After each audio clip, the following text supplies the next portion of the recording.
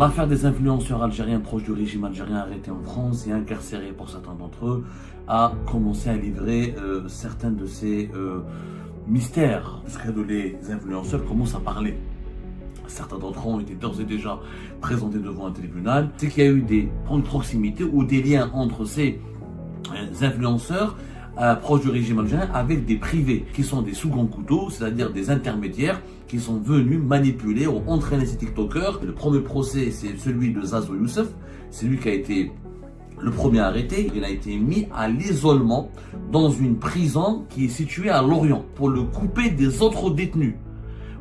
Pourquoi? Parce que les autorités françaises ont identifié en lui un potentiel très dangereux. Zazo Youssef a assumé devant la police française qu'il voulait tuer des opposants algériens. Ahmed Tintin, alors lui, il s'est comporté le 6 janvier dernier. Il est venu avec un bébé de 15 jours dans les bras. Il a dit que sa femme, sa compagne, la mère de son bébé, elle est chrétienne. Il dit qu'il travaille en France, qu'il travaille dans le BTP. Qu'est-ce qu'il a dit dans son témoignage? Il a dit que j'aime la France et qu'il n'a pas envie de revenir en Algérie.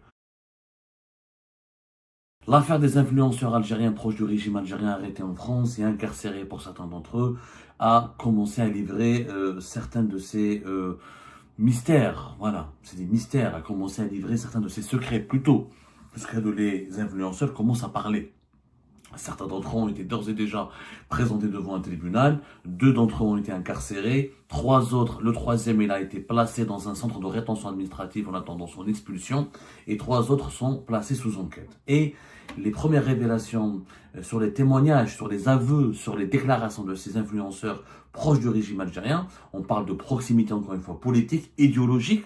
Il n'y a pas eu, encore une fois, je le rappelle, je suis très honnête et très professionnel. Je l'ai déclaré dans les colonnes du quotidien Le Monde, qui m'a interviewé hier. J'étais très honnête, il n'y a pas de relation entre les services secrets algériens et les influenceurs. Il n'y a pas de relation.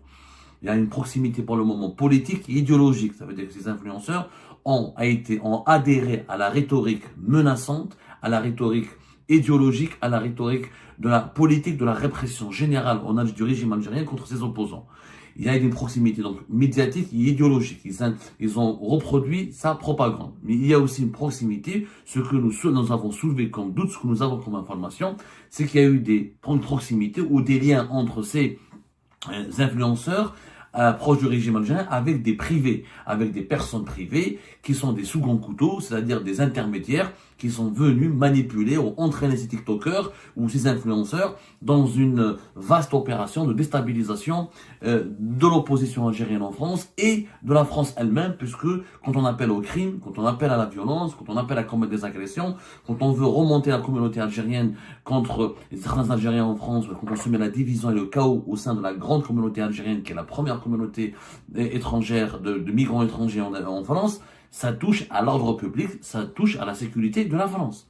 C'est pour ça que les autorités françaises ont réagi avec beaucoup de fermeté face à l'émergence de cette campagne de terreur qui s'est généralisée sur les réseaux sociaux en Algérie et en France depuis la fin de l'année 2024, depuis fin décembre 2024, et qui a abouti à des appels au meurtre, à des apologies du terrorisme, à des appels au viol, et c'est extrêmement grave. C'est pour ça que les autorités françaises ont commencé à réagir. Et ces influenceurs sont toujours sous enquête. Il n'y a pas eu de procès. Le premier procès, c'est celui de Zazo Youssef. C'est lui qui a été le premier arrêté. Il est âgé de 25 ans. Il sera jugé le 24 février 2025. Il a été déjà incarcéré. Et ce qu'on nous apprend, c'est qu'il a été, il a été mis à l'isolement dans une prison qui est située à Lorient, en Bretagne, alors que lui est originaire de Brest. Il a été envoyé dans une prison qui est à Lorient et qui a été placé en détention provisoire.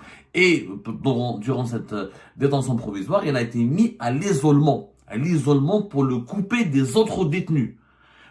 Pourquoi? Parce que les autorités françaises ont identifié en lui un potentiel très dangereux de criminel et qu'il a des idées terroristes. Il faut dire la vérité. Il a assuré durant son enquête, il a clairement dit que il n'a pas nié qu'il a été l'auteur de ces vidéos, de ces appels au meurtre. Il a confirmé qu'il a appelé à tuer, qu'il a lancé des appels pour que euh, contre les opposants algériens. Il a dit que son message, il a expliqué clairement lors de ses auditions avec la police française, que son message était destiné à la communauté algérienne et qu'il visait les opposants algériens en place en Algérie.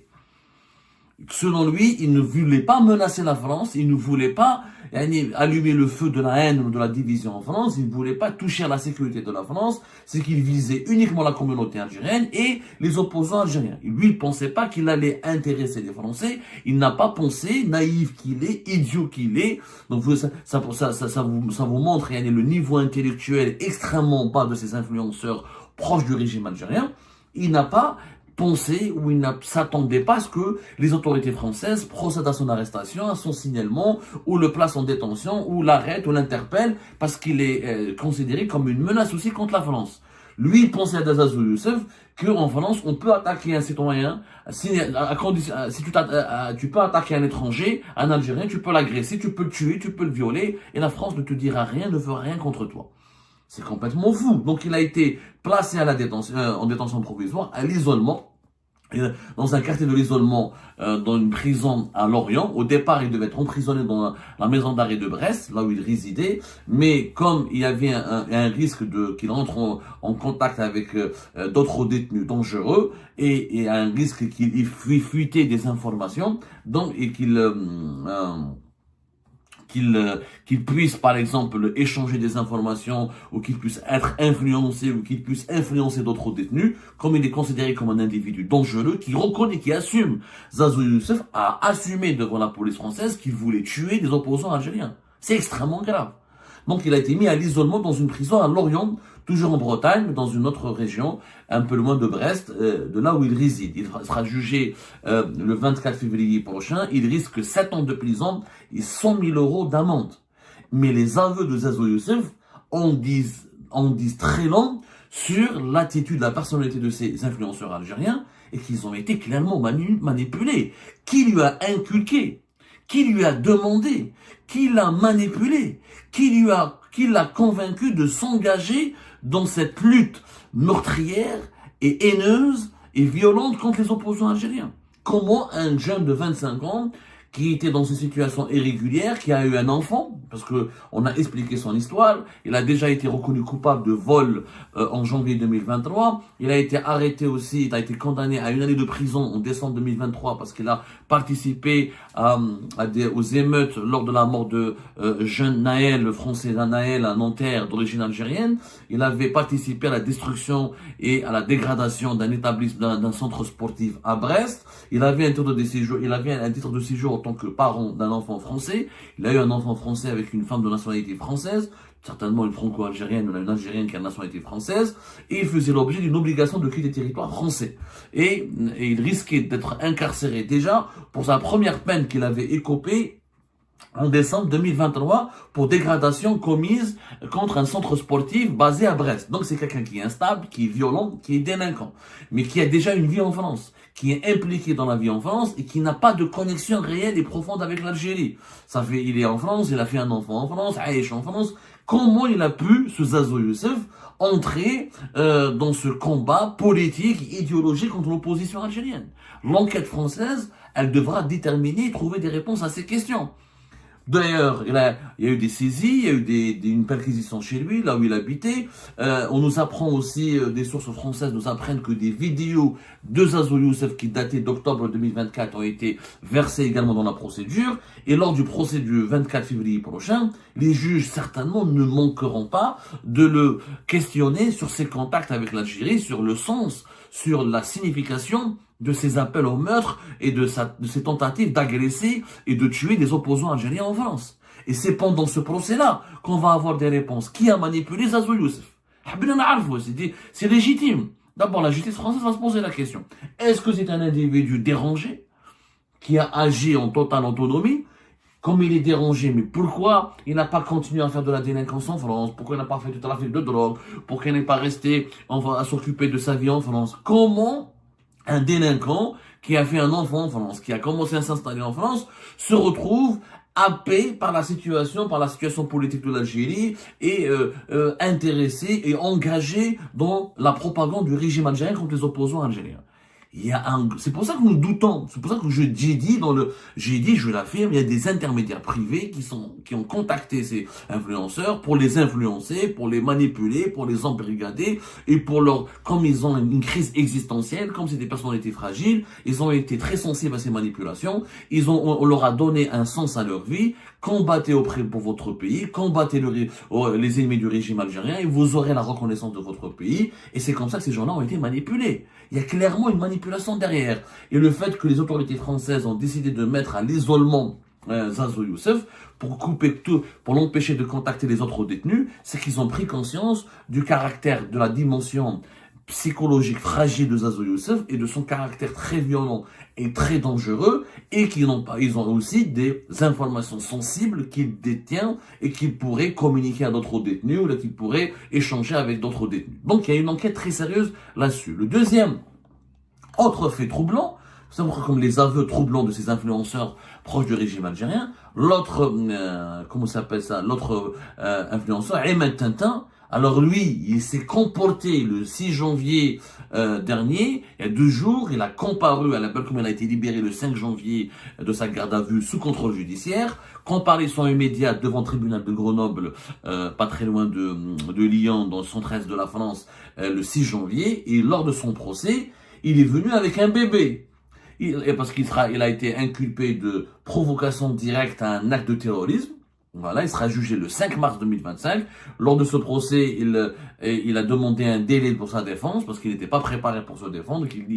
Il s'est dit qu'il était complètement dépassé par le fait qu'il a été médiatisé, qu'il se retrouve accusé par les médias d'être un terroriste au service du régime algérien. Donc il a demandé un délai. La justice française a décidé de le placer en détention. Je rappelle qu'Ahmed Tintin a été interpellé le 3 janvier 2025, alors que Zazo Youssef, il a été interpellé le 2 janvier 2025. Donc, les deux sont poursuivis, je rappelle encore une fois, pour apologie de terrorisme ou pour appel à des actions terroristes ou pour le cas...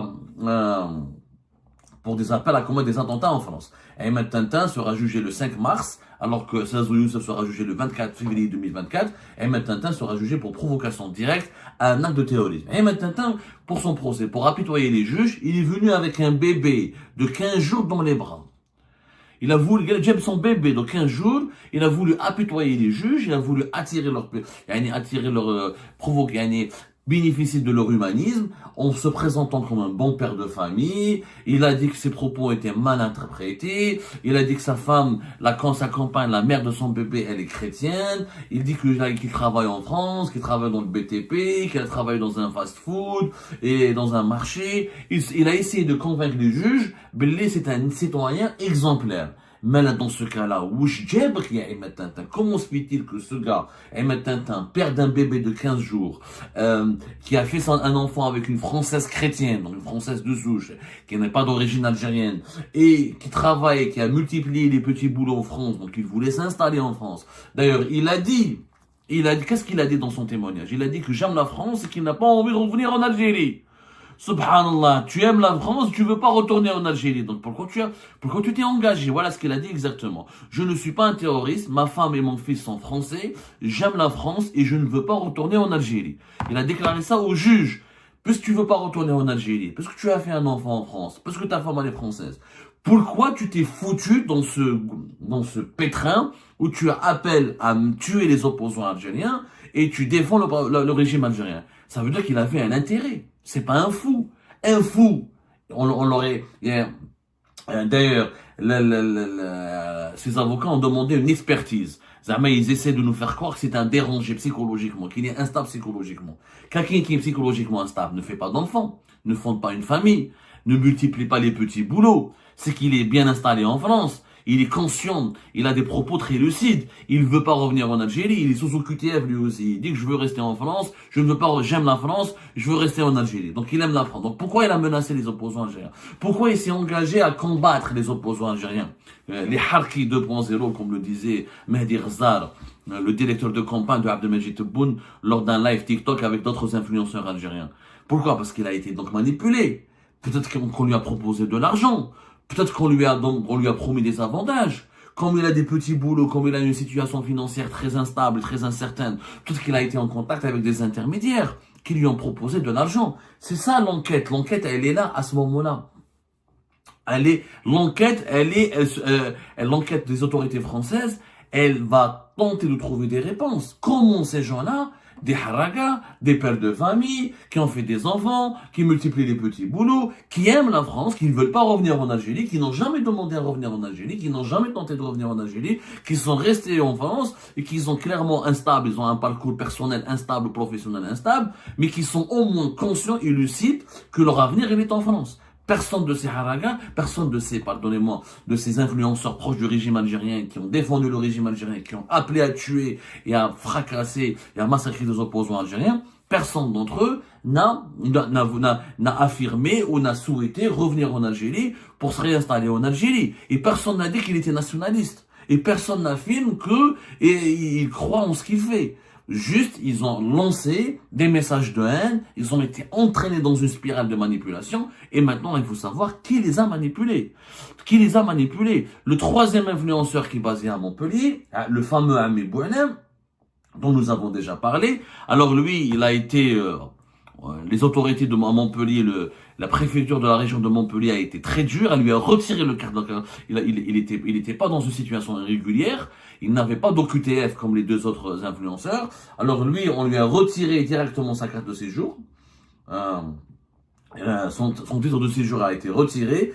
Il n'a pas été placé en détention, mais il a été placé dans un centre de rétention administratif.